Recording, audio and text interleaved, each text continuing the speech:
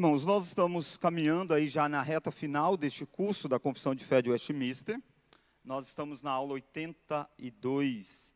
Há este capítulo da confissão e há apenas mais 2 capítulos. Um sobre o que acontece com alguém num período de morte e depois do juízo final. Então nós estamos mesmo na reta final do nosso curso, que já está aí quase beirando a 2 anos, próximo de 2 anos de curso. Naturalmente que nos períodos de férias nós suspendemos, né, e tratamos de outros temas, mas basicamente quase 2 anos aí de curso dessa matéria tão preciosa.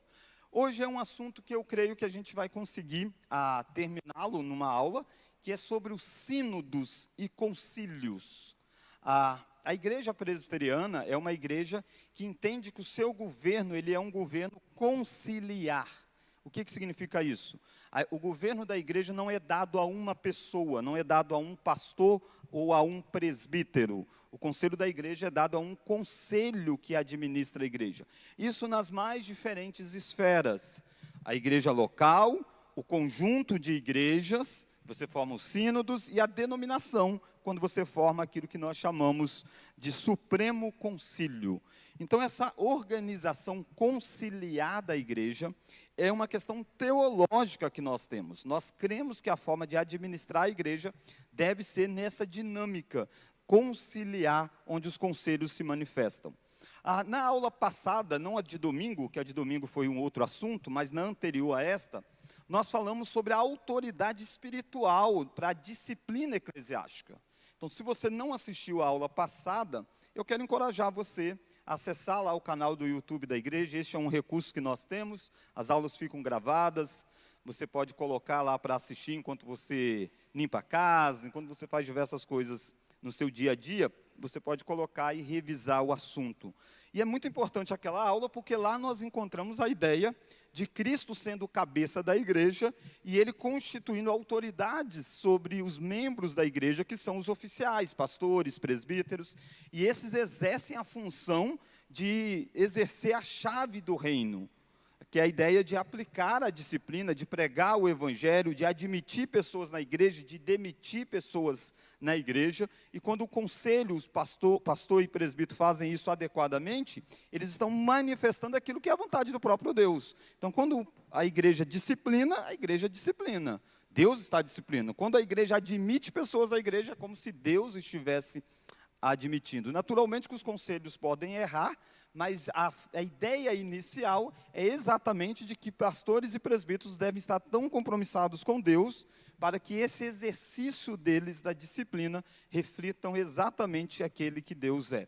Então, sobre a disciplina em si, sobre esse poder de admitir pessoas na igreja, o poder de excluir pessoas da igreja, isso tudo nós vimos numa aula específica sobre o poder eclesiástico que a igreja tem nesse sentido, que foi a aula de número 81, porque há um capítulo da confissão só sobre isso, mostrando essa questão da autoridade e como que os oficiais da igreja devem fazer. E aí nós vimos o propósito da disciplina. Para que existe disciplina? Qual que é o objetivo, né? Nós vimos os tipos de disciplina. Às vezes a gente pensa em disciplina como sendo uma única forma. Disciplina tem várias formas de acontecer, e nós vimos tudo isso na aula passada, a aula de número 81. Hoje, o que nós vamos concentrar, então? Não é nesse aspecto de disciplina em si, é no conjunto, enquanto concílios de igreja. Essa é a dinâmica que a confissão vai tratar. Então, começa dizendo assim, vamos ler? Primeiro nós vamos lendo o texto da confissão, depois eu vou fazer alguma pontuação, e eu quero terminar trabalhando um texto bíblico que apresenta o primeiro concílio da história. Vamos juntos? Para e maior edificação da igreja, deverá haver as assembleias comumente chamadas sínodos ou concílios, em virtude do seu cargo e do poder que Cristo lhes deu para a edificação e não para a destruição, pertence aos pastores e aos presbíteros das igrejas particulares, criar tais assembleias e reunir-se nelas quantas vezes julgarem útil para o bem da igreja. Então perceba que é para o governo da igreja, para a edificação da igreja. Então há isso que é chamado de sínodos ou concílios. A distinção de sínodos ou concílios, eles são semelhantes quanto aos seus significados em si, mas o que muda é a abrangência. Normalmente concílios são algo maiores, que abrange a totalidade de uma denominação, por exemplo, quando nós estamos falando de um concílio denominacional. No início da história da igreja, a gente falava dos concílios da igreja, concílio de Éfeso, e aí você estava dizendo da cristandade representada pelos seus oficiais. Então a abrangência geográfica é maior, por isso a ideia de concílios, e sínodos, quando a abrangência é um pouco mais restrita, envolvendo determinadas regiões particulares. Ao longo da história sempre teve sínodos e concílios, e nós também os temos dentro da Igreja Presbiteriana do Brasil, sínodos e concílios, e presbitério, que é ainda mais local. Mas a dinâmica é essa ideia de concílios que se reúnem, seja em maior ou em menor grau. E a ideia é que isso se dá porque pastores e presbíteros das igrejas particulares se reúnem desta forma. Os pastores na Igreja Presbiteriana do Brasil, eles são membros dos presbitérios locais. E os presbíteros são membros da igreja, eleitos pela igreja, e eles vão ao concílio no caso, a um presbitério, vão a um sínodo, fazendo a representação da igreja em que ele está inserido. Então ele vai com a autoridade que Deus dá a ele, mas ele vai com a autoridade dada a ele através da igreja tal. Quando a gente pensa em sínodos e concílios, normalmente a gente está pensando em uma junção de autoridades de igrejas de determinadas regiões para tratar de determinados assuntos que são necessários. Como que alguém se torna esta autoridade neste concílio? Através do fato dele ter sido eleito um presbítero de uma igreja, depois ter sido escolhido como um representante da igreja no presbitério, então ele está lá nessa dinâmica de autoridade constituída por Deus, oriunda da igreja local que o envia para a representação do concílio. E o concílio se reúne quantas vezes? A Bíblia não ordena a quantidade, é quantas vezes forem necessários. Então, de ano em ano acontece um, que é o presbitério. Na Igreja Presbiteriana do Brasil, de 2 em 2 anos, acontece uma reunião do sínodo, e a cada 4 anos acontece uma reunião, que é chamada da reunião do Supremo Concílio. Pode acontecer outras mais, com um intervalo de tempo mais curto? Pode, é aquilo que nós chamamos das reuniões extraordinárias.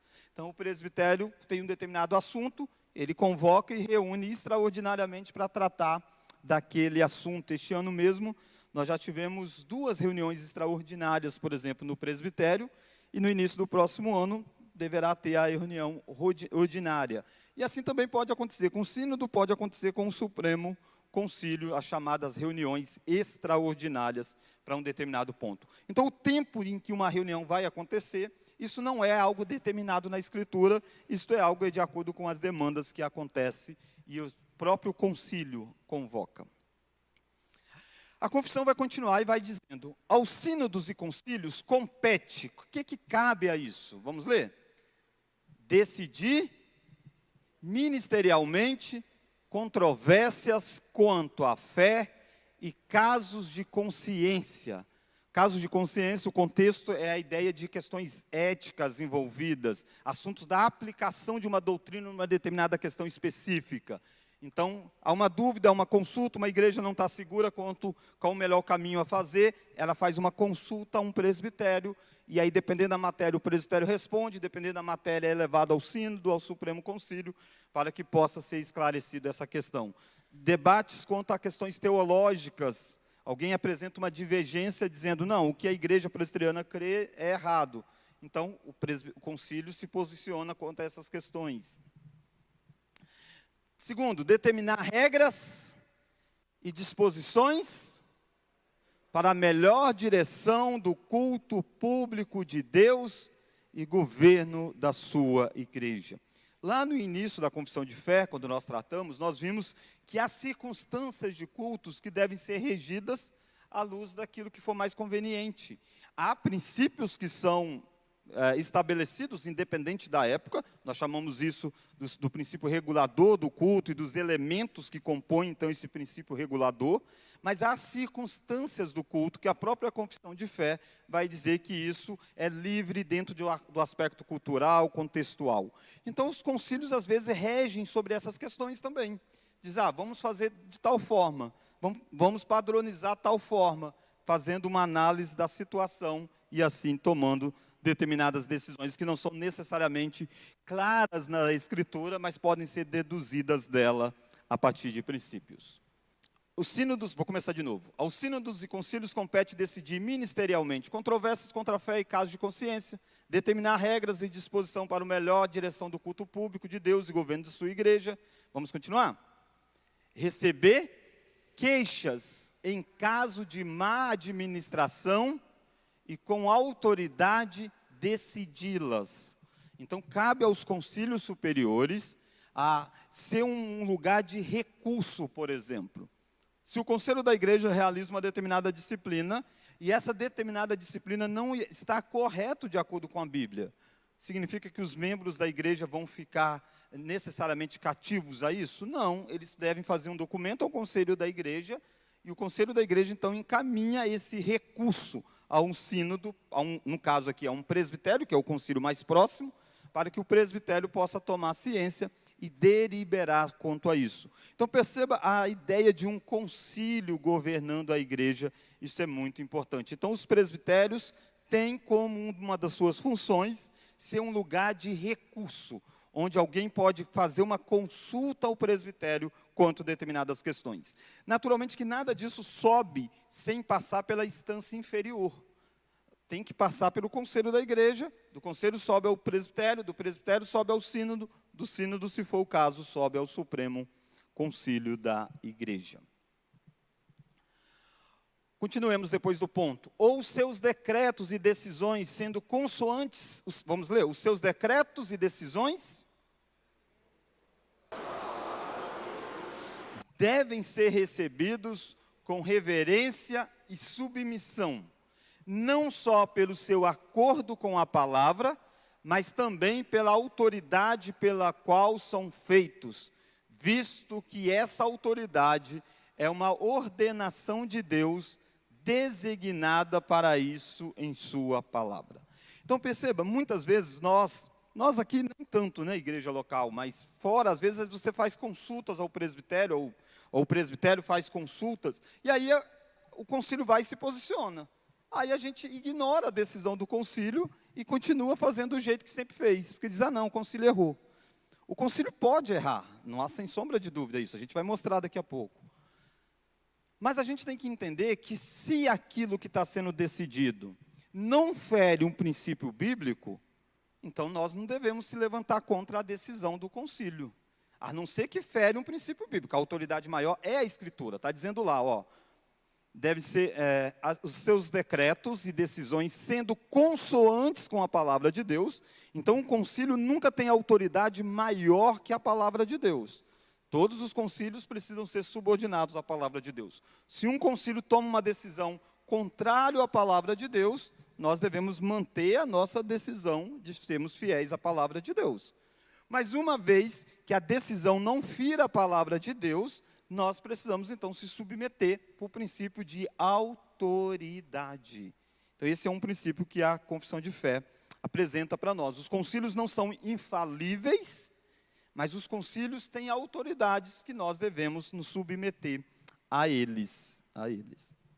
Depois eu vou destrinchar um pouquinho mais essa questão e a próxima, tá bom? Mas para a gente ter uma ideia do todo que a confissão está descrevendo. 3, vamos juntos? Todos.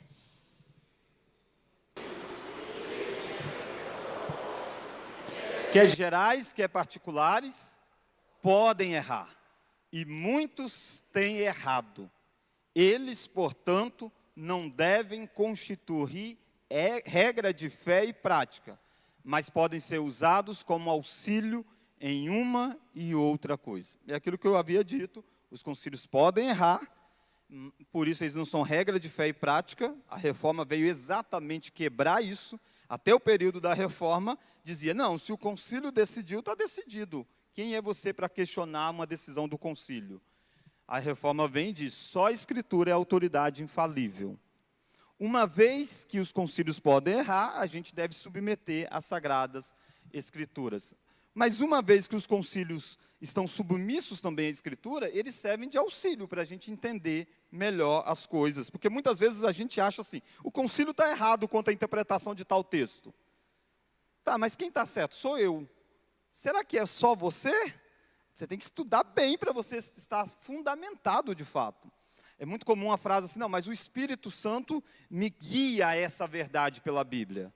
Tá, mas você talvez não está ignorando que o Espírito Santo esteja guiando mais 120 pessoas ou 1000 pessoas que estão reunidas num concílio? Por que o Espírito está guiando você mais do que está guiando as 1000 pessoas que estão lá? Então a gente tem que se submeter sempre à Escritura. Ah não, é claramente pela Escritura essa decisão do concílio está errada. Beleza. Mas se não, é muito cuidado quando nós nos posicionamos. Porque muitas vezes a gente tem essa soberba intelectual de achar que nós temos a verdade. Quando, na verdade, todos nós aqui ministramos debaixo da mesma verdade, que é a palavra de Deus. E Deus escolheu homens para governar a igreja dele. No caso local, os presbíteros. Eles podem errar? Podem. E aí, se eles estão errados, à luz da Bíblia, você vai dizer, não dá para seguir isso, porque a Bíblia diz isso. Está claro que a Bíblia diz isso. E aí, se submeta à Bíblia. Mas se não é isso, talvez é uma interpretação errada sua. Porque, como você está ignorando todo esse processo que Deus tem trabalhado também através da igreja. Então, isso vale para todos nós, como uma humildade diante da ignorância que todos nós podemos ter.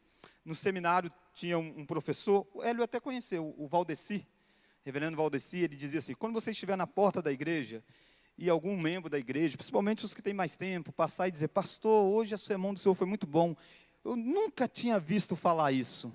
Aí você fica preocupado, porque tem 2000 anos da história da igreja, e você falou algo que ninguém nunca falou, cuidado, você pode estar errado. Pode ser que você seja um gênio e achou a verdade que ninguém achou, mas 90% de chance de você estar errado, porque tem 2000 anos que a história da igreja está aí, né?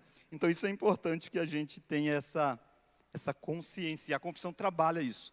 Ao mesmo tempo, ela vem dizendo, cuidado, os concílios são falíveis, você não deve tê-los como inerrantes, mas cuidado com a soberba da interpretação pessoal acima da interpretação que é da igreja. Tranquilo quanto a essa parte? 4, os sínodos e concílios não devem discutir, determinar, vamos juntos? Nem determinar coisa alguma que não seja eclesiástica. Não devem imiscuir-se nos negócios civis do Estado, a não ser por humilde petição em casos extraordinários, ou por conselhos em satisfação de consciência, se o magistrado civil os convidar a fazê-lo.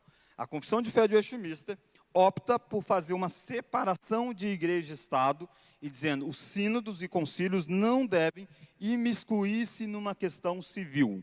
Não cabe à igreja fazer posicionamentos para como que o governante deve governar.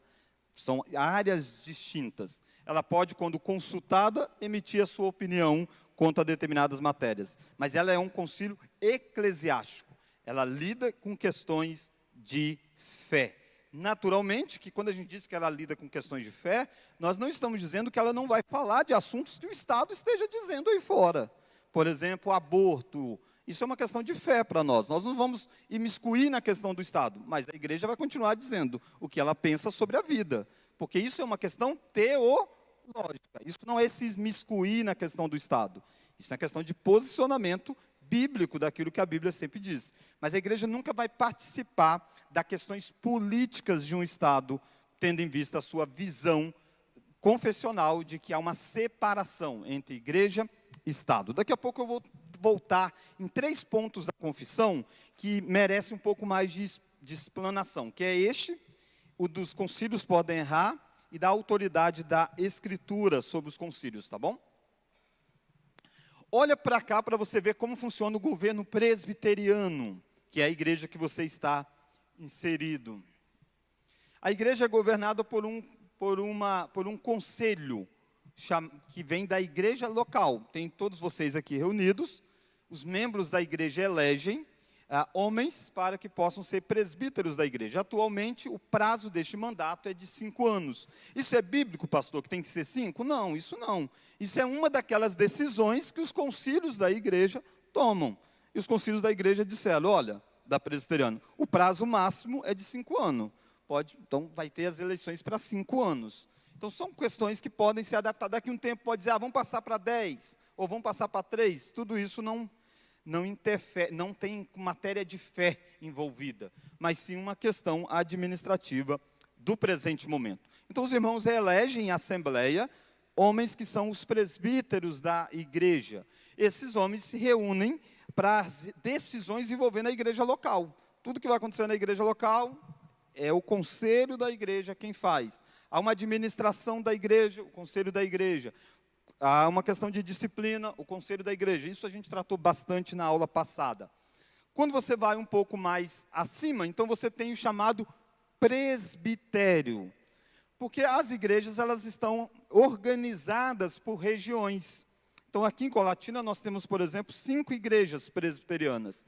Essas igrejas têm administração individual, cada igreja tem a sua administração própria. Essa igreja não entra na administração de uma outra igreja e vice-versa. São administrações individuais, porque são igrejas que têm os seus conselhos. A administração da igreja é a administração pela igreja local. A junção de uma região, que pega aqui as 5 igrejas de Colatina, no nosso caso, pega São Domingos do Norte, pega São Gabriel da Palha, pega Vila Valério. E com isso envolve uma congregação que está em Governador Lindenberg e uma congregação de Marilândia. A congregação de Marilândia pertence à 5ª igreja e a congregação de Governador Lindenberg pertence a São Domingos. Até o ano passado, pertenciam direto ao presbitério. Agora não, agora pertence a uma igreja local, que são essas. Então, isso forma o que nós chamamos do presbitério. Há vários presbitérios. Há um presbitério Vale de São Mateus, há um presbitério norte do estado, que pega aí depois de Nova Venécia, vai subindo. Então, dependendo da região, faz essas junções chamado presbitério. Esses presbitérios, aí diz assim, aonde fica o presbitério? Tem alguém que fica lá o ano todo como presbitério só? Não, o presbitério é uma reunião. Esta reunião, como eu disse, acontece uma vez no ano, ou acontece de forma extraordinária sempre que necessário. Nesta reunião de uma vez por ano, um presbítero de cada uma dessas igrejas que eu citei, eles são eleitos internamente pelo conselho da igreja para ir representar a igreja nessa reunião. E os pastores das igrejas também vão a esta reunião. E aí, nesta reunião, chegam os relatórios das igrejas, aquilo que foi feito, relatórios financeiros e vários relatórios chegam ao presbitério. Se houver alguma demanda que exige o presbitério, é a hora que o presbitério reúne para tratar de determinadas demandas. Se há uma questão pastoral, precisa tirar o pastor, colocar o determinado pastor, a igreja local convida um pastor, mas para que o pastor possa assumir, precisa passar pelo presbitério. Então, o presbitério avalia.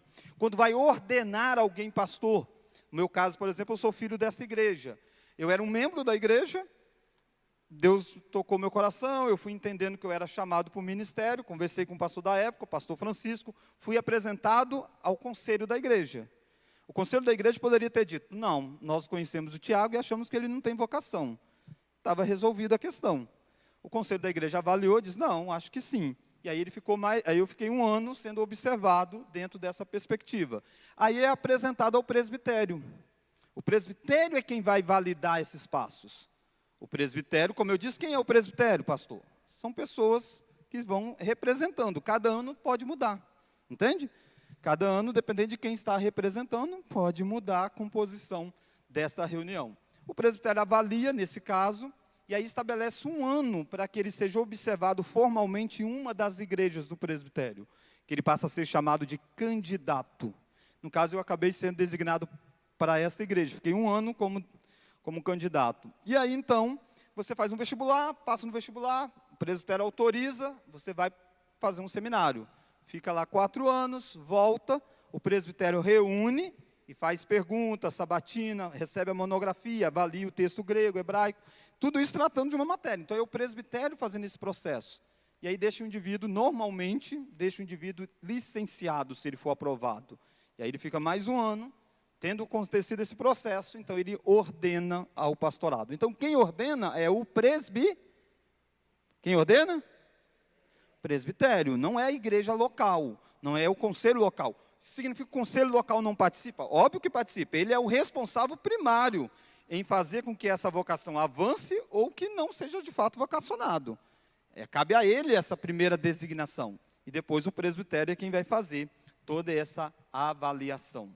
Então o presbitério rege diversas questões nesses campos administrativos e também de recursos. Se alguém é disciplinado numa igreja local e essa disciplina é injusta, sobe-se ao presbitério, por exemplo, e o presbitério pode cancelar ou não, dependendo como o presbitério entender. Ao sínodo, o sínodo então compõe uma junção de presbitérios. O nosso sínodo é chamado Sínodo Minas Espírito Santo.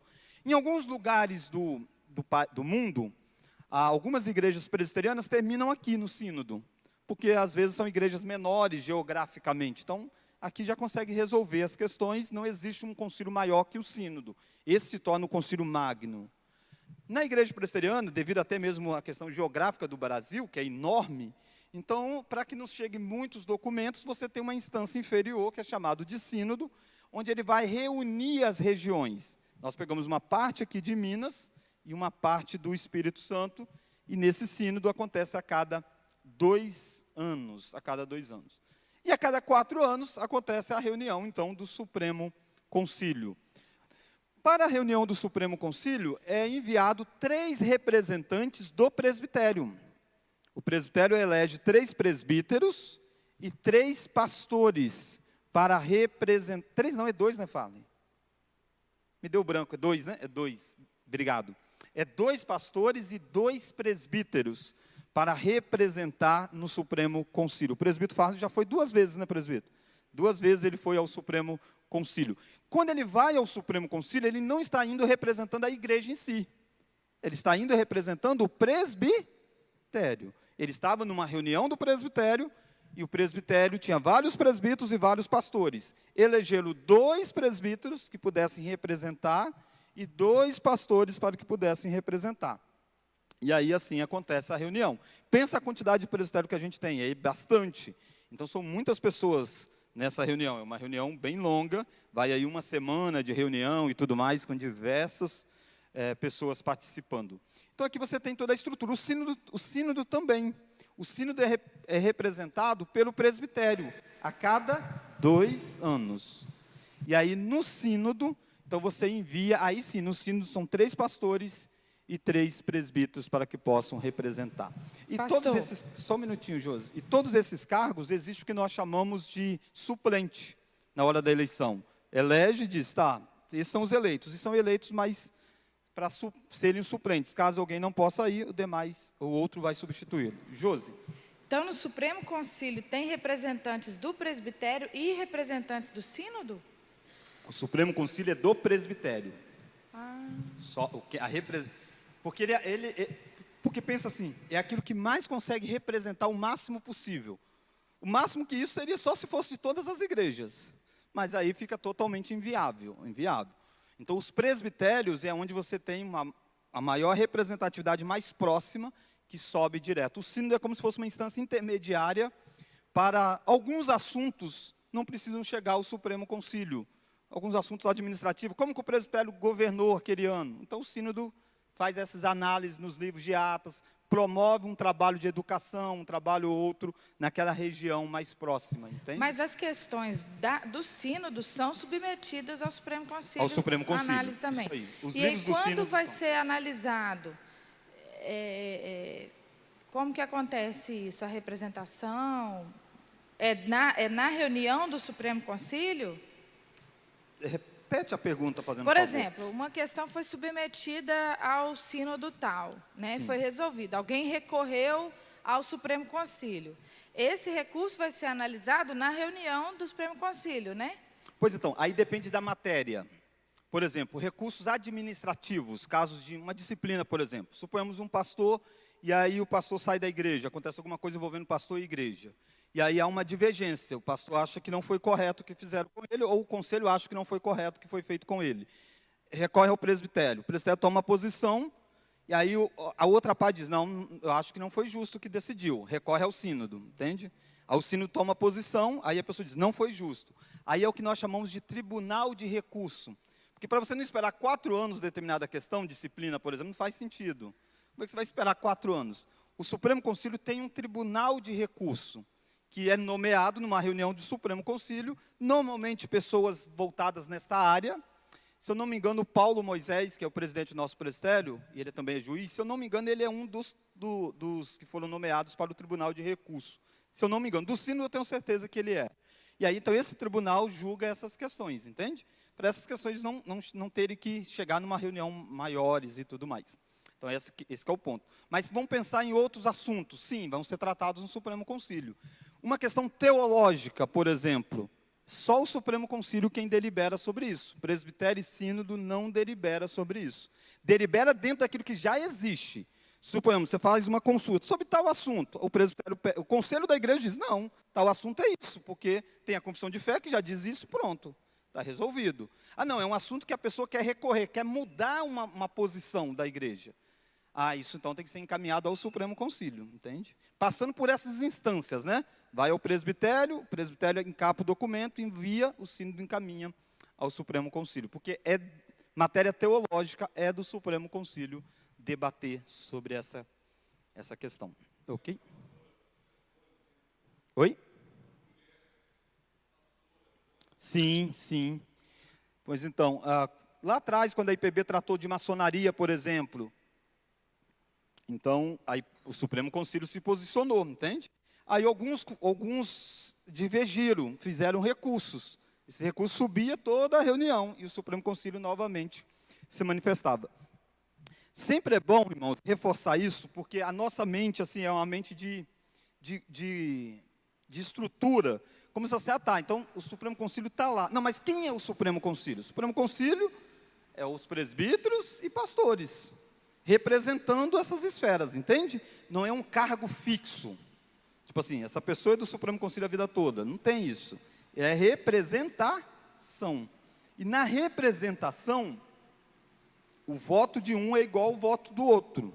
Eu vou citar um que é muito conhecido, né? Reverendo Augusto Nicodemos, sem sombra de dúvida, alguém que Deus tem usado poderosamente para influenciar. Óbvio que uma fala dele influencia, mas ele não consegue ditar os rumos da igreja. Isso é votado em um concílio. O voto dele é igual ao voto de qualquer outro que está na reunião. Entende, Josi? Então, a decisão não é de uma pessoa, é do concílio. É do concílio. Por isso que, em última instância, o que a igreja pensa? É o que a decisão se deu. Entende? Decisão se deu. Óbvio que a decisão do Supremo Concílio, ela é subordinada a decisões que já têm sido ao longo da história. A Confissão de Fé de Westminster e o próprio Constituição, que pode ser uma decisão inconstitucional. Aí vai haver um recurso, e aí muda-se a decisão do Supremo. O Supremo precisa reposicionar diante desse recurso que foi feito. Entende? Então, é por isso que às vezes tem uma decisão e tem recursos, que alguns entendem que isso estaria fora da jurisdição dele sobre tal matéria. Então, todo esse processo. Pastor. Aqui. Os presbíteros Cícero. A pergunta da Josi com relação à representatividade no Supremo, se eu não me engano, também o presidente dos sínodos, eles têm assento também no Supremo, não? Pois então, existe a chamada comissão executiva do Supremo Concílio. O que é a comissão executiva do Supremo Concílio? O Supremo Concílio se reúne... Deixa eu voltar um pouquinho. E está dentro, tá, Cícero? Está dentro da sua fala. Presbitério, igreja local, presbitério, sínodo e Supremo Concílio, todos eles têm a sua diretoria que é eleito. No conselho, você tem o presidente, que sempre é o pastor, o vice-presidente, o secretário e o tesoureiro. Numa igreja pequena, normalmente quase todos os presbíteros estão em um dos cargos, né? Mas em igrejas maiores, outros presbíteros não estão nesses cargos. Então é uma eleição do próprio conselho para quem vai ficar nessas funções. Ficou nessas funções. No presbitério, a mesma coisa. O presbitério, naquela reunião uma vez no ano, aqueles que estão lá vão votar. Quem vai presidir a reunião? Alguém tem que presidir a reunião. Então, há uma eleição. Quem vai ser o vice-presidente? Quem vai ser o secretário executivo? E aí você tem um mandato. Os cargos normalmente são para 1 ano, salvo o de secretário executivo, que aí é para 3 anos dentro dessa função. Por exemplo, eu estou atualmente como secretário executivo do presbitério. Então, ocupo essa função. O presbitério, então, com essa diretoria, presidente, vice-presidente, primeiro secretário, segundo secretário, secretário executivo e tesoureiro, forma aquilo que nós chamamos da comissão executiva do presbitério. Porque o presbitério se reuniu e tomou decisões. Alguém precisa executar essas decisões. Então, essa comissão, por isso que o nome é executiva, ela executa as ordens do plenário e delibera sobre questões bem específicas, dando sempre a de referendo na próxima reunião. Então, ao longo do ano, essa comissão executiva trabalha. Isso vale também para o sínodo. Só como o sínodo acontece a cada 2 anos, a comissão executiva do sínodo trabalha num período de 2 anos. 2 anos. Este ano eu estou pela primeira vez também lá no sínodo. E tem o Supremo Concílio, que vai acontecer, a comissão executiva vai ficar quanto tempo? Vamos ver se vocês estão acompanhando o raciocínio. Quanto tempo? 4 anos. É a cada 4 anos que tem a reunião, então 4 anos. Só que, como é algo bem grande, essa comissão executiva é formada por esses que são eleitos, e aí sim, pelos presidentes dos sínodos. O presidente do sínodo tem a cadeira na comissão executiva. E a comissão executiva do presbitério, do Supremo Concílio, reúne a cada ano, todo ano. Então, há assuntos que ela pode resolver, há assuntos que ela não pode resolver. Tem que remeter ao plenário que acontece a cada 4 anos. Quem decide quais assuntos? A Constituição da igreja. A igreja tem a Constituição, e na Constituição diz o que é de cada esfera executar, tá bom? Lembra, a gente está falando de uma denominação muito grande. A Igreja Presbiteriana do Brasil tem escolas, tem hospital, tem, por exemplo, Mackenzie, né, a mais famosa universidade, pertence à igreja. Então, há vários relatórios desses que precisam chegar todo ano e tudo mais. Então, essa comissão executiva lida com tudo isso que acontece. Tá bom? Então, é nesse sentido que o presidente do sínodo atua, tá bom? Deu para completar, presbítero Cícero e Josi? Mais alguma dúvida? Dúvida tem um monte, né? Só para mim fazer um entendimento, quando você... Essa subdivisão de governo, ela é internacional. Desculpa, é o quê? Essa subdivisão do governo presbiteriano, ela é internacional. Ou internacional, é só do Brasil? você fala? Essa forma internacional, você falou? Isso. Sim. O que muitas vezes é a sínodo e Supremo Concílio, não tem? Os 2 últimos? Às vezes isso aí só existe um. Porque às vezes é pequena a igreja, não é tão grande. Então, você tem só o sínodo, resolve. Entende? Aí você não tem essa maior. O que é maior, na verdade, passa a ser o sínodo, entende? Mas a função é a mesma. A função é a mesma. Essa quantidade de representantes da igreja é pelo dimensionamento da igreja. Por exemplo, uma igreja do nosso tamanho, de uma igreja de 600 pessoas, você tem a mesma quantidade? Pois a representação, ela é padrão.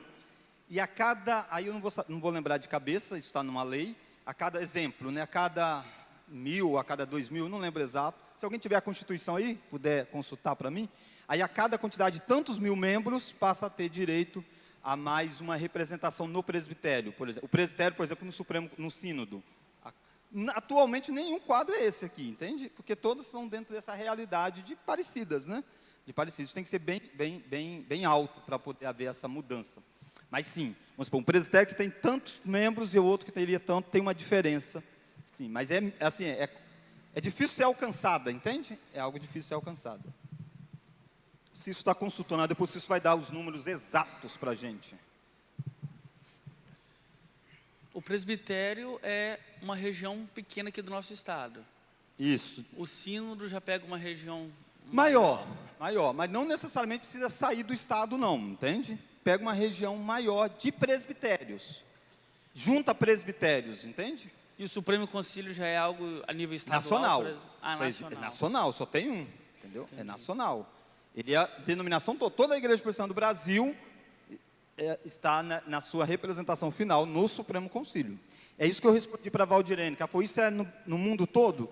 Eu falei, pode haver mudança dependendo do tamanho da denominação. Em alguns lugares termina aí no terceiro, que na verdade o terceiro é nacional, entende? É porque a igreja só existe até tal lugar, então acabou aqui a gente tem a representação máxima. Alguns chamam de conselho moderador, outros chamam de sínodo, outros chamam de Supremo Concílio. O nome mescla, né? Mas o conteúdo é o mesmo. Sínodo tem vários daí estados. só um minutinho, Jobinho. Daí, Valdirene, também, daí vem essa ideia de presbiteriano. O que significa? Por que a gente tem esse nome, Igreja Presbiteriana? Por quê? Porque é uma igreja governada por presbíteros. Esse nome é um nome de sistema de governo. Nós somos calvinistas na teologia. Somos reformados porque subscrevemos a confissão de fé. E somos presbiterianos na forma de governo. Há igrejas que parecem muito com a nossa, na teologia reformada em várias áreas, mas não são presbiterianas. Elas não são de governo conciliar dessa forma. Algumas são de assembleias. Tem membro que tem essa dificuldade, tem membro que diz, mas isso não deveria passar na assembleia? Por que o pastor e o presbítero decidem isso? Deveria ser a assembleia. Essa é uma visão batista.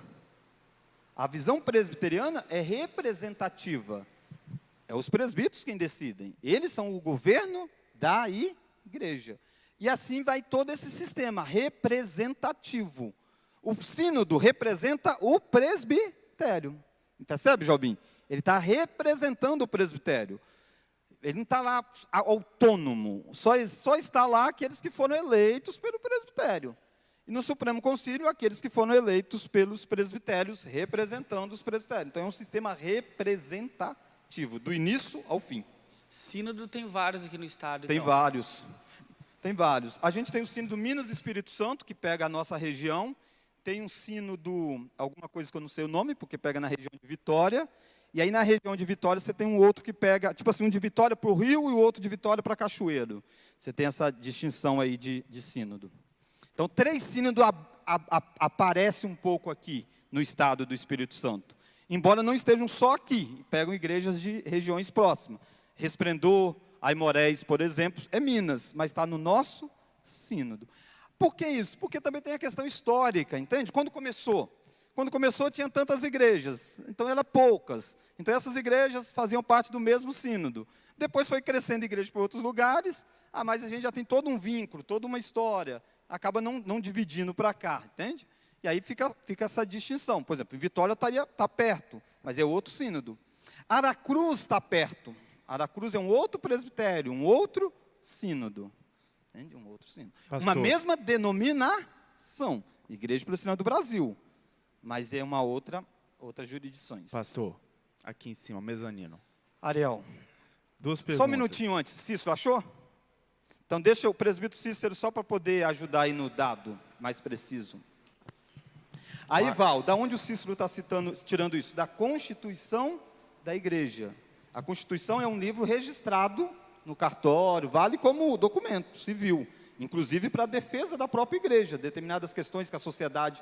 não, mas a igreja não pode fazer isso. Não, calma aí, a gente tem um estatuto aprovado, reconhecido e tudo mais.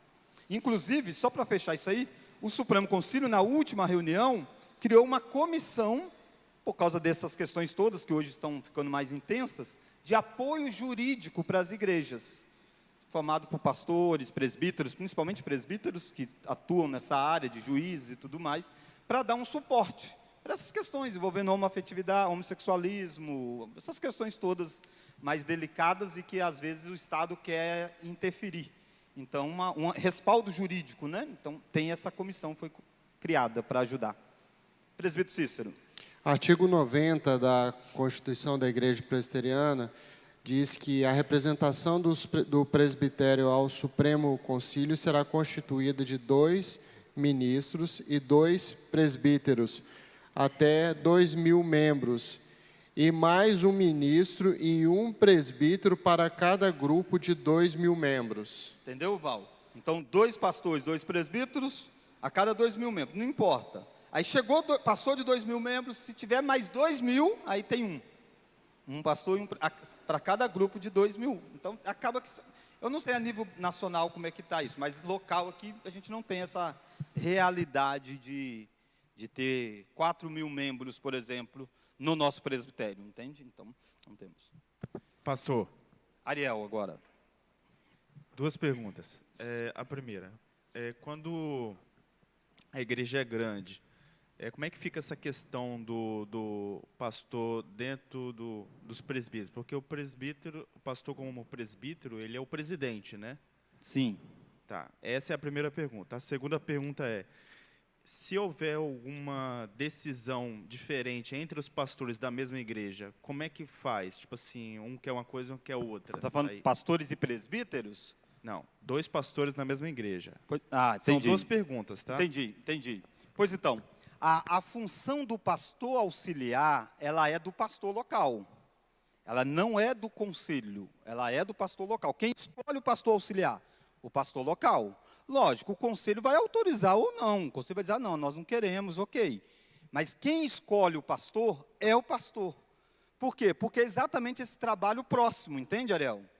É esse trabalho de visualizar o mesmo ministério, o mesmo chamado, estar aconselhando pessoas. Aí você tem a função do pastor titular e do pastor auxiliar. O nome já diz, ele está aí para auxiliar o outro pastor. Ele não está para fazer um ministério pessoal, ele está para fazer o ministério coletivo junto com o pastor, que vai direcionar os principais rumos. No conselho da igreja, ele participa de igual forma, pastor e os pastores auxiliares da igreja. Se há uma divergência entre o pastor e o pastor auxiliar, isso vai ser apresentado ao conselho. Se não é uma questão moral, uma questão doutrinária, a divergência é, dá o ponto de vocês caminharem juntos? Dá. Então se submeta àquele que é o pastor titular. Não dá. Então, se não é uma questão moral e espiritual, né, do pastor titular, então é hora do pastor auxiliar sair, entendeu? Porque ele não caminha junto com o pastor titular da igreja. O nome já indica nesse sentido. Deu para responder, Ariel? Aí, no caso, o pastor titular é que é o presidente do conselho. Sim. Tá. Isso é constitucional, entendeu? Agora, o que é o presidente? O presidente não é o que decide tudo. Não, o presidente é o que preside, entendeu? Ele vai presidir, vai trazer os assuntos para que o conselho delibere sobre eles. Dúvida quanto a essa questão que o Ariel perguntou? Ok. Mais alguma? Aí, Ariel, só para deixar claro, o conselho, ele valida ou não, entende? Se vai ter um pastor auxiliar, isso é um projeto da igreja. Mas o nome é o nome que o pastor titular indica. O pastor auxiliar deve estar submisso a ele. Josi. A gente vê hoje na igreja presbiteriana uma diferença muito grande de estilos de igreja e tudo, sendo uma igreja com uma fé tão sólida, né, e com entendimentos tão solidificados, né? Essas questões, assim, a gente sabe que tem liberdade litúrgica, né, do pastor, mas que também precisa, em tese, né, seguir uma linha. Isso é deliberado no Supremo Concílio, assim, essa diferença, e isso não é um problema, não é visto como um problema para a igreja, porque você está aqui em Colatina, você está na nossa igreja, ela é de um jeito. Às vezes você viaja para um outro lugar no mesmo estado, as igrejas são completamente diferentes. A solução é não viajar, ficar quietinha em Colatina, não viajar. Você viajar, igual o Oscar e Maria Alice, demoraram. Foram membros de igreja, porque melhor do que ficar fora de igreja, mas dizem, pastor, está difícil, pastor, está difícil. Graças a Deus, agora eles estão num lugar que eles identificam. Falam, é conservadora, reformada. Eu não conheço a igreja, eu estou só repassando o que eles disseram, né? O que eles disseram. Josi, existe um problema que é do seu tempo, que é o relativismo. Isso está em todos os lugares. Todas as igrejas, presbiteriana, assembleia. Você vai em determinadas igrejas de assembleia e não parece assembleia, entende? Então, você vai na igreja batista, não parece mais a igreja batista. Então, essa é uma questão do relativismo do nosso tempo. Isso é triste, né? Isso é triste, a gente tenta lutar contra isso, cada vez, mas é aquela luta em glória. A gente luta quase ciente que a gente vai perder, entendeu? Vai perder. A igreja, graças a Deus, a Igreja Presbiteriana do Brasil, se você olhar, ela tem tomado posições cada vez mais coerentes com os símbolos de fé. Por quê? É o que nós estamos estudando aqui. Nós estamos estudando a confissão de fé. Essa confissão de fé, essa é a posição da igreja. Mesmo que os presbitérios em determinadas regiões não estão mais seguindo. Porque eles não fizeram isso documentalmente. Documentalmente eles dizem, nós subscrevemos a confissão de fé. Todo pastor que vai ser ordenado, no processo de ser ordenado, a pergunta é, você subscreve a confissão de fé de Westminster? Ele diz, sim. Teoricamente, ele subscreveu, um presbítero da igreja diz, sim, eu concordo com isso aí. Teoricamente, ele não pode chegar e começar a dizer para a igreja, olha, eu sou contra o batismo infantil. Não, calma aí, se é contra, você pode fazer um documento ao presbitério para que isso seja tratado lá no Supremo Concílio. De repente, você está certo e a igreja está errado. Né? E tem esse processo. Faz isso, mas a maioria não vai fazer, entendeu? Não vai fazer. Aí fica do achismo. Eu acho que o culto deveria ser assim, entendeu? E aí destoa daquilo que é. Então, por isso que é importante a eleição de presbíteros, porque tudo começa na igreja local. Os presbíteros estão aí acompanhando o pastor. Tudo começa aí. A igreja vê muito o pastor, mas se não tiver o conselho, o pastor fica um ano, depois troca, aí tira o pastor, entende? É o conselho da igreja quem conduz a igreja nesse processo. Então, passa dessa base. A outra questão é a coragem de denunciar, que o indivíduo gosta às vezes de falar, mas não gosta de colocar em papel, entende? Tá, então tem que colocar em papel. A Igreja Presbiteriana do Brasil não trabalha com palavras. Você fala, pastor, vou te falar tal coisa, mas você não pode, aí não pode fazer nada, eu só posso saber de tal coisa. Eu não vi o fato, você pode escrever? Ah, não, eu não vou escrever. Não tem como ser tratado. Por que não tem? Até porque existe a calúnia, existe a mentira. Quando alguém escreve, ela não pode mudar de opinião, está escrito. Então, você trata dentro de documentos escritos. A Igreja Presbiteriana do Brasil trata dentro de documentos escritos, desde a igreja local até lá em cima, entendeu? Documentos escritos. O presbitério cabe ao presbitério acompanhar se as decisões estão sendo cumpridas. Ao analisar, ver, e aí se os recursos chegam, ele diz, olha, a decisão não está sendo cumprida. Então, essa é a estrutura. Agora, o que falta muitas vezes? Instrução. Porque o melhor caminho para isso, Josi, não é uma lei. Lei não resolve. É a instrução. Devemos ter leis norteando, mas a instrução é fundamental. Por exemplo, eu tenho a consciência tranquila aqui. O que eu estou fazendo como pastor? Dando um curso de confissão de fé.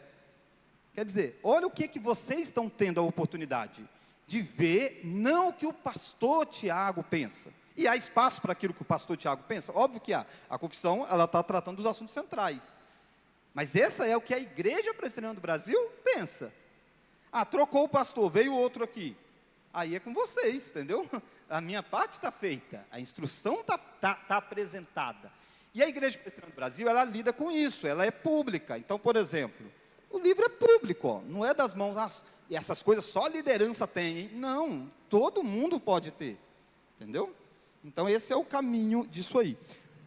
Tem uma palestra do Heber Júnior, que é qual calvinismo estamos redescobrindo ou estamos descobrindo o calvinismo? Ele fez quando foi feito 500 anos da Reforma Protestante lá em Goiânia. Eu gosto muito das palestras, já ouvi várias vezes, mando para diversas pessoas. Ele faz um apanhado histórico para a gente entender um pouco do porquê que tem essas dificuldades. Porque o que muitas vezes a gente tem é igrejas que nunca foram presbiterianas. Entende? Nunca foram, elas nem sabem o que de fato é presbiteriano. A liderança não sabe o que a igreja crê. Aí você fala uma coisa, a pessoa diz, não, isso é neopuritanismo. Não, como assim que é neopuritanismo? Isso é o que está escrito na confissão de fé, entendeu? Então não é neopuritanismo, isso é tal coisa. Aqui na igreja, uma vez, eu estava falando sobre o que acontece com alguém depois da morte, essas questões todas, novos céus, nova. Alguém depois falou, pastor, isso aí é coisa dos adventistas. Não, testemunho de Jeová. E a pessoa de anos vem de igreja. Eu falei, não é não. Se eles são também, eu não sei, mas deixa eu te mostrar. Aí peguei todos a base reformada, entendeu? Quer dizer, então não faz sentido, às vezes a gente não conhece a nossa fé. Tem uma frase de alguém que não é cristão, mas eu acho muito legal. Ele diz assim, às vezes nós somos muito ignorantes e a gente se orgulha da ignorância. Já viu gente que bate no peito e diz, eu nunca ouvi falar isso. Isso só pode estar errado, porque eu nunca ouvi falar isso. Não necessariamente, né? Você precisa ler sobre tal assunto. Então, a importância da gente conhecer o que nós cremos, o que nós cremos. O que nós cremos é infalível? Não. Pode ser mudado? Claro que pode. Desde que seja fundamentado biblicamente, faça esse processo, entende? Esse é o caminho de quem é ético, de quem é correto. Quem não é, vai negar seus votos. Por isso que, lembra de voto e juramento quando nós estudamos? Votos e juramentos? É importantíssimo. Pastor faz voto e juramento, presbítero faz, você que é membro da igreja faz. Promete ser fiel aos membros da igreja quanto estes forem fiéis à Sagrada Escritura? Sim. Aí um presbítero toma determinada decisão que está lá na Constituição da igreja, está na confissão de fé. Aí você se rebela e diz, eu não acredito nisso. Aí faz um grupinho, faz isso, faz aquilo outro. Entende? Isso é insubmissão. Então um princípio, é um princípio dessa ideia da confissão, da autoridade conciliar. Ela não é infalível, mas ela tem uma autoridade que Deus considera. Respondi a pergunta, Josi? Pastor, Da palestra do Web, então eu encaminho, se você quiser, me manda um zap. Quem quiser, tá bom? Vale a pena.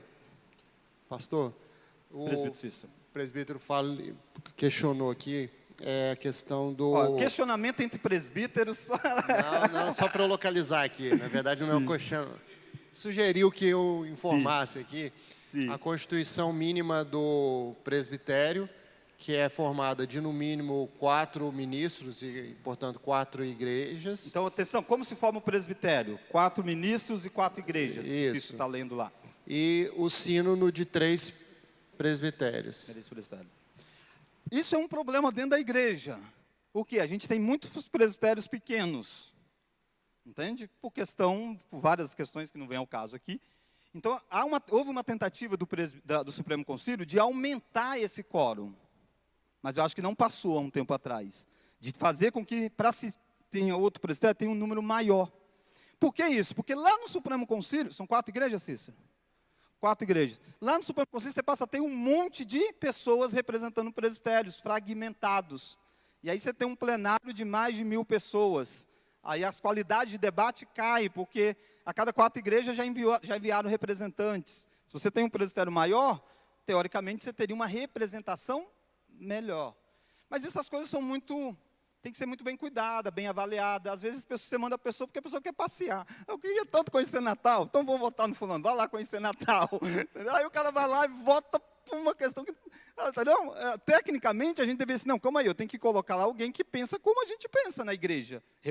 É assim que acontece, tá bom? Ok? E 10:20, hein? Presbítero. Eu tinha a Bíblia para ler com vocês, que era Atos 20, tá? Só para adicionar, 15, tá? adicionar um pouco o que a Josi indagou você sobre as igrejas, às vezes, têm critérios diferentes quanto à doutrina, né? Um dos assuntos mais comuns e reiterados nas reuniões do Supremo Concílio é quanto à ordenação feminina, né? Toda reunião da Supremo Concílio chega lá um questionamento, uma consulta se é possível ordenar ou não. E toda vez é dito que não pode baseado na Bíblia. Mas, infelizmente, na reunião seguinte chega o mesmo assunto. Sim. Um outro assunto também que é muito levado é com relação a unção com óleo, né, na igreja. Toda vez também é dito que não é possível, mas está lá, de novo. É porque o assunto retorna. É porque algumas igrejas insistem em fazer diferente, né? Isso. Por exemplo, essa questão que o presbítero fala e citou de ordenação. A igreja, graças a Deus, ela tem sempre se mantido, né? Contrário, isso que a Bíblia diz. E essa é a pressão do tempo moderno, por causa do feminismo, essas coisas todas. Então, vira e mexe e vai. Há um tempo atrás, não tem tanto tempo atrás, mas aconteceu de uma igreja expressar que ordenou diaconisa. Entendeu? Eu usei a palavra expressar porque lá na frente as coisas eu explico melhor. Chamou à frente, essas aqui são as diaconisas e tal. Aí alguém recorreu ao presbitério, entendeu? Porque existe uma decisão quanto a isso. E aí, depois eles precisaram reverter o caso. Eles falaram que não tinham ordenado, que foi uma forma equivocada de expressar e por aí vai, mas fizeram em público esse reconhecimento de não, entendeu? De não. Mas há regiões, né, que são mais complexas isso, por causa do histórico, da influência e tudo mais. Então, é notório, é público, que o Rio de Janeiro é uma área um pouco mais liberal nessa área envolvendo essas questões, tá bom? Irmãos, Atos capítulo 15. Mais dúvidas? Mais dúvidas? Atos 15. Agora, óbvio, gente, há espaço para uma determinadas diferenças? Porque às vezes a gente também fica num negócio assim, não. Lá na minha igreja, não vou dar um exemplo, né? Na minha igreja não bate palma. Então, eu fui numa igreja que bateu palma. Aquilo aí não é igreja presbiteriana. Calma, não é assim, entende? Há espaços para diferenças mínimas, mas há. Então, há espaços para determinadas diferenças que não descaracteriza isso. A ordem do culto, não, como a gente falou naquela ocasião, não tem uma sequência bíblica. Existe uma forma como nós pensamos e tal, mas não existe uma sequência. Isso pode ser mudado de acordo com a situação e tudo mais. Mas o que você falou, José, é fato, é notório, há uma descaracterização. Agora eu digo que isso não é só presbiteriano. A gente mesmo aqui já recebeu gente vindo de outras igrejas dizendo, pastor, eu não era presbiteriano, mas essa é a que mais parece com aquilo que eu era na minha cidade. Entendeu? Lá eu não era presbiteriano, mas aqui parece mais. Acontece, e vice-versa. Acontece pessoas que vão para determinadas regiões e dizem, pastor, eu fui em várias igrejas presbiterianas, mas eu vou acabar frequentando uma batista. É a que melhor, a que mais parece com o nosso estilo. Isso acontece, mostra essa descaracterização que há. Uma das coisas que faz isso também, gente, é porque a ênfase da igreja. Se a igreja ficar com ênfase de eventos e não de instrução, aí cada evento vem uma coisa contraditória da outra e vai guiando a igreja. Uma igreja que vai sendo instruída, isso vai sendo mais solidificado. Então você deixa um legado de mais tempo, por causa da instrução que foi feita. As pessoas entenderam, aprenderam e vão saber questionar quando algo for equivocado. Tinha um professor de um seminário que dizia assim, irmãos, não canse de ensinar as mesmas coisas à igreja, a igreja esquece. O ano que você não falar de dízimo, a igreja deixa de dizimar. Quando você não falar de santidade, as pessoas começam a pecar. Então, assim, né, isso é um pouco do povo de Deus, a gente tem que repetir, faz parte desse processo. Tudo isso, irmão, Atos capítulo 15 vai trazer para nós o primeiro concílio, e aí eu quero encorajá-lo a voltar domingo que vem, porque nós não vamos ter tempo de tratar disso hoje, né, por causa do horário. Por quê? Porque a igreja presbiteriana criou isso de onde, essa ideia aí de concílio? Criou da Bíblia. Nós cremos que, biblicamente, que existe concílio. Olha lá, Atos capítulo 15. E aí, domingo que vem, eu vou expor esse texto, tá bom? Então, domingo que vem, você venha, porque hoje acabou que a gente ficou mais, devido às perguntas, e foi bom, importante, ficou mais com a parte administrativa da igreja local, do presbitério, como funciona, né, as curiosidades. E domingo que vem eu vou tentar fundamentar biblicamente isso a partir desse Atos 15. Mas só para você ver algumas coisinhas, enquanto a gente tem alguns minutinhos, olha o verso 1. Ó. Alguns indivíduos que desceram da Judéia ensinavam aos irmãos, se não vos circuncidades, segundo o costume de Moisés, não podeis ser salvos. É ilusão eu e você acharmos que nunca vai haver divergências na igreja. Vai existir, porque o sistema, Deus não deu um líder supremo que diz, é isso, e acabou. Não tem. Como não tem esse líder supremo, vai ter divergências. E aí, então, aconteceu. Tinha pessoas que estavam crendo no cristianismo, em Cristo, e eram gentios, não eram judeus. E aí, Paulo estava batizando essas pessoas e a vida seguindo. Um grupo disseram assim, não, sabe de uma coisa? Eles precisam ser circuncidados. Por que eles estão dizendo isso? Porque eles eram judeus. A cultura deles tinha sido formada dentro de uma cultura judaica. Significa que eles não eram crentes. Nem sempre uma divergência vem de quem não é crente. Às vezes vem de quem não é crente. Mas aqui são gente crentes. Eles estão divergindo, porque é um fato meio que novo naquele primeiro momento, e eles estão sendo mais regidos pela cultura deles do que pela escritura. Então, eles estão acostumados a circuncidar pessoas, as pessoas sendo judeus. Então, eles estão dizendo, não, eles não podem se tornar cristãos sem ser circuncidado. Parece algo simples? Não. O que está dizendo aí é a suficiência de Cristo. Para ser salvo, precisa de quê? Crer em Jesus e ser circuncidado ou só crer em Jesus? Só crer em Jesus. Então, assim, parece algo simples, porque às vezes a gente tem essa mania, né? Não, irmãos, cara, deixa quieto, vamos só circuncidar, não tem nada aí por detrás. Calma aí, tem um aspecto pedagógico muito grande. Se Paulo tivesse aberto mão disso e dito assim, vamos circuncidar mesmo, gente, deixa, para de bobeira, todo mundo vamos circuncidar.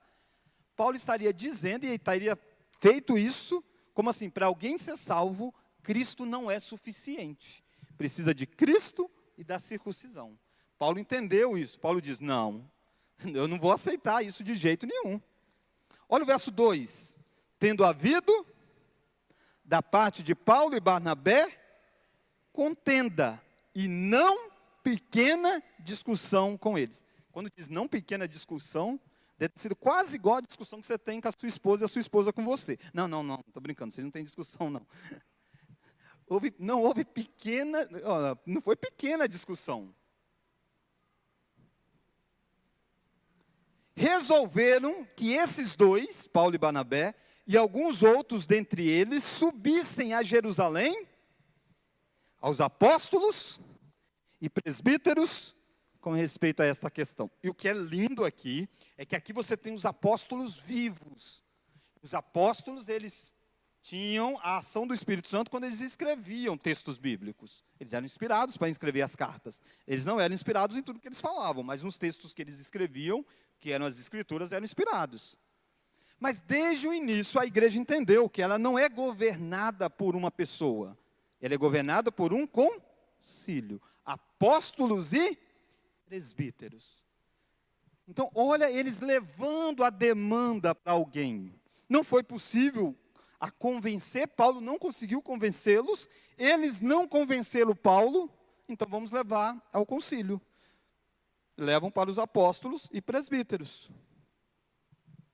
Verso 3, enviado, pois, até certo ponto, acompanhados pela igreja, atravessaram as províncias da Fenícia e Samaria, e narrando a conversão dos gentios, causaram grande alegria a todos os irmãos. Tendo eles chegado a Jerusalém, foram bem recebidos pela igreja, e pelos apóstolos, e pelos presbíteros, relataram tudo o que Deus fizera com eles. Insurgiram-se, entretanto, alguns da seita dos fariseus, que haviam cridos. Então, eles eram fariseus e tinham crido em Cristo, mas estavam levando a cultura deles, aquela história assim, sempre foi assim. Então, quando eu falei da tradição, da importância, mas nunca use essa frase, sempre foi assim. Não, sempre foi assim, mas é bíblico. Se é bíblico, ok. Agora, se não é bíblico, sempre foi assim, não resolve. Esses aqui eram partidários dos fariseus, eles nunca aceitavam entrar um gentio sem ser circuncidado. Olha o verso 5. É necessário circuncidá-los e determinar-lhes que observem a lei de Moisés, as leis cerimoniais. Então se reuniram os apóstolos e presbíteros para o quê? Para examinar a questão. Está o concílio reunido para examinar a questão. Não foi toda a igreja, foi os presbíteros e os apóstolos. Questão levada à liderança. Verso 7, havendo grande debate. Aí você vai ler, domingo que vem a gente vai ver esse debate. Pedro vai falar, Paulo vai falar, Tiago vai falar, vai citar a escritura e vai resolver a questão com a escritura. Mas a gente vê isso depois. E aí eles vão chegar à questão, olha o verso 19, ó. Pelo que julgo eu, não devemos perturbar aqueles que entre os gentios se convertem a Deus, mas escrever-lhes que se abstenham das contaminações dos ídolos, bem como das relações sexuais ilícitas, da carne de animais sufocados e do sangue, porque Moisés tem em cada cidade, desde os tempos antigos, que pregam na sinagoga, onde é lido todos os sábados. Verso 22, então, pareceu bem aos apóstolos e aos presbíteros, com toda a igreja, tendo feito o quê? Dentre eles, enviá-los juntamente com Paulo e Barnabé e Antioquia. Foram Judas, chamado Barsabas, e Silas, homens notáveis entre os irmãos. O conselho decidiu. Tá, agora essa decisão tem que chegar ao ouvido daquelas igrejas, porque isso espalhou. Olha a sabedoria. Vamos deixar Paulo chegar lá e dizer? Não, Paulo foi uma das partes envolvidas. Vão eleger aqui pessoas que vão levar a representação. E Paulo vai chegar lá e Paulo ganhou o debate. Não precisa circuncidar. Isso que é o correto biblicamente. Mas essa é a decisão do concílio. Essa é a decisão do concílio. E isso que vai acontecer, eles vão levar uma carta que isso vai se dar. Olha lá o versículo de número 30, ó. Os que foram enviados desceram logo para Antioquia, e tendo reunido a comunidade, entregaram a epístola. Quando a leram, sobremaneira, se alegraram pelo conforto recebido. Então, leram, acalmaram o coração, a questão foi resolvida. E aí aquele grupo que perdeu vai continuar dizendo, mas eu acho que tem que ser circuncidado. Uai, aí é seu achismo. A igreja já tratou, os presbíteros, os apóstolos já trataram, e só você tem a sabedoria? Não, então se submeta à decisão do concílio. Foi isso que aconteceu, o primeiro concílio em Jerusalém. Nós vamos tratar disso aqui melhor, tá bom? Domingo que vem. Eu fiz um apanhado para você não sair daqui sem uma base bíblica de tudo aquilo que nós falamos. Vamos orar? Deus, agradecemos porque ao longo da história o Senhor tem cuidado da tua igreja através de homens falhos. Nenhum de nós somos perfeitos naquilo que nós pensamos, mas a tua palavra é perfeita. E o Senhor diz que o teu Santo Espírito nos conduziria enquanto igreja a toda a verdade, nos dando o Espírito que nos habilita a entender a palavra de Deus. Obrigado porque isso não foi dado a um homem específico, isso foi dado à igreja. E a igreja tem eleito pessoas têm se levado a sério o ministério, e nós temos tido uma igreja que tem caminhado com seus erros, com seus defeitos, por ser uma igreja formada de humanos, mas uma igreja que preza pela tua palavra. Continue cuidando da denominação, a Igreja Presbiteriana do Brasil, dando a ela sempre a direção da tua palavra, dando a ela pessoas compromissadas nos concílios, em ser fiel ao Senhor, mais do que às demandas que vêm da sociedade. E continue cuidando especialmente da nossa igreja local, a terceira igreja, que nós continuemos, ó Deus, debaixo da tua grande vontade revelada na tua palavra. Obrigado pela vida das lideranças desta igreja, de modo especial os que estão na ativa atualmente, que o Senhor continue cuidando da vida destes presbíteros, da minha vida como pastor, e que todos nós possamos caminhar enquanto igreja, ciente que o Senhor é o cabeça da igreja, o Senhor que é o dono da igreja, o Senhor é quem governa a igreja. E o Senhor faz isso levantando pessoas para que possam administrar, baseado na tua palavra. E oramos no nome do dono da igreja, no nome de Jesus. Amém.